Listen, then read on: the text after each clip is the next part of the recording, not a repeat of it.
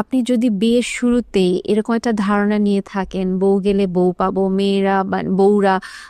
পরিবারে এসে ঝামেলা সৃষ্টি করে বা আমার মাকে এরকম কষ্ট দিবে, মার প্রতি অন্যায় করবে, বোনের প্রতি অন্যায় করবে, তার মানে জিনিসটা কি দাঁড়াচ্ছে? একজন মেয়েও একটা নেগেটিভ মেন্টালিটি নিয়ে আসছে, আপনিও একটা নেগেটিভ মেন্টালিটি নিয়ে যাচ্ছেন, বিয়েটা কি আসলেই হবে? আরো যে জিনিসটা খুব ভয়ঙ্কর হয়, আসলে অনেক ক্ষেত্রে আমাদের ছেলেরা দায়িত্ব নিতে শেখে না। কারণ মা তার সবেধন নীলমণি একটা মাত্র ছেলে বা তিনটা মাত্র ছেলে বা চারটা মাত্র ছেলে, সোনার চামচ বাঁকা হলেও সই, ওই অ্যাঙ্গেলে মানুষ করেছেন, কোনো দায়িত্ব নেওয়া শেখাননি, নিজেই সবকিছু করেছেন, অসম্ভব হাড়খাটুনি পরিশ্রম করেছেন এবং ওই গিল্ট থেকে আপনি আপনার মাকে সবকিছু দিতে চান এবং আপনি জাস্ট একটা অপোজিট জেন্ডারের প্রতি অ্যাট্রাকশন থেকে বিয়েতে বসলেন, কিন্তু আপনি একটা মেয়ের ভাষা আসলে কি, মেয়ের লাভ ল্যাঙ্গুয়েজ কি, মেয়েটাকে আসলে কিভাবে আমি আদর করে ভালোবেসে রাখবো, ওটা আমি ঠিক জানি না।